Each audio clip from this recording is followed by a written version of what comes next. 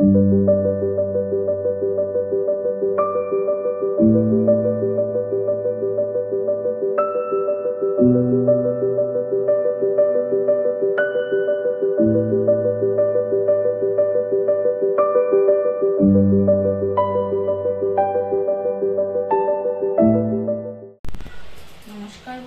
Homemade food by Pinki আমার চ্যানেলে আপনাদের স্বাগত। আজকে আমি মুরগির মাংসের একটি মজাদার রেসিপি বানাবো, সেটা আপনারা দেখতে থাকুন। আমি এখানে মুরগির মাংসের জন্য আলু কেটে ধুয়ে রেখে দিয়েছি। আর এখানে আমি মুরগির মাংসের সাথে নিয়েছি কিছু মুরগির পা, এটাকেও আমরা ধুয়ে পরিষ্কার করে রেখেছি কেটে। আমি প্রথমে মাংসের জন্য আলুটা ভেজে নেব, তার জন্য আমি দিয়ে দিচ্ছি কড়াইতে সর্ষের তেল।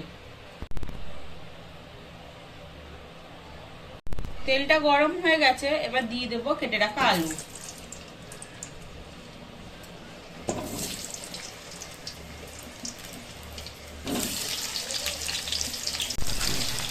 আলুটাকে আমরা লাল লাল করে ভেজে নেব।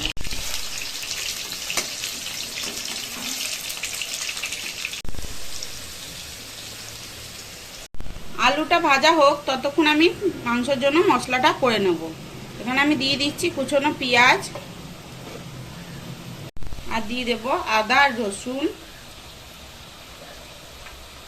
এবার দেব টমেটো, দিয়ে দিলাম কেটে রাখা টমেটোটা। আলুগুলো লাল করে ভাজা হয়ে গেছে, এবার আমরা তুলে নিচ্ছি। এই কড়াইয়ের মধ্যে আর একটু তেল দিয়ে দেবো আমি। তেলটা গরম হয়ে গেছে, এবার এই তেলের মধ্যে দিয়ে দিচ্ছি গোটা গরম মশলা ফোড়ন, আর দিয়ে দিচ্ছি তেজপাতা। এবার দেব বেটে রাখা মশলা।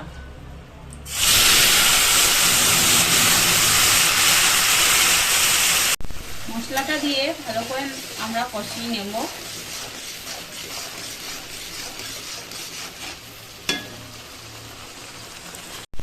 দিয়ে দিচ্ছি জিরে গুঁড়ো, এবার দেব লাল লঙ্কার গুঁড়ো, এবার দেব হলুদ গুঁড়ো, এবার দিয়ে দিচ্ছি স্বাদ মতো নুন। সব মশলাগুলো ভালো করে নাড়িয়ে নিচ্ছি।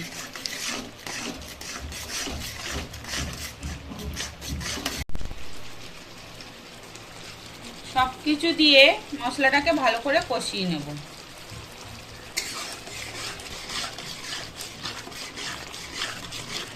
মশলাটা কষানো হয়ে গেছে, তেল ছেড়ে দিয়েছে, এবার মাংসটা দিয়ে দেব।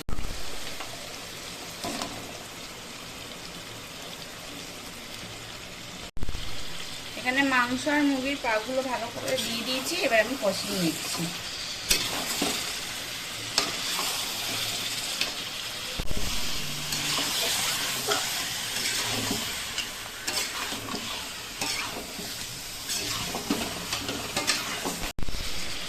মাংসটা কষানো হয়ে গেছে, এবার আমি দিয়ে দেবো ভেজে রাখা আলু।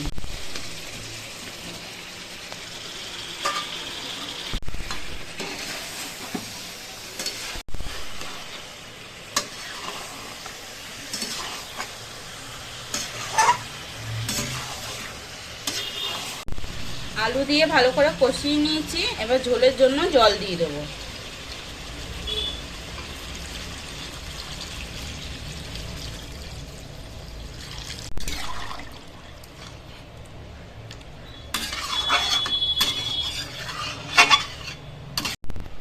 ঝোলের জন্য জল দিয়ে দিয়েছি, মাংসটা এবার ফুটুক, আমি ঢাকা দিয়ে রেখে দেব। কিছুক্ষণ পর আমরা ঢাকনাটা খুলে দেখছি।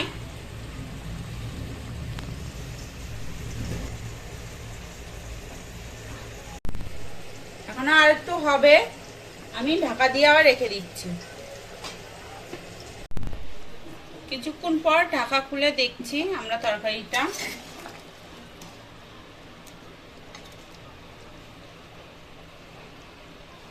তরকারিটা হয়ে গেছে, এবার গরম মশলা দিয়ে দেব। দিয়ে দিচ্ছি গরম মশলা। গরম মশলা দিয়ে ভালো করে একটু ফুটিয়ে নেব। তরকারিটা রেডি হয়ে গেছে, এবার আমরা বন্ধ করে দেবো।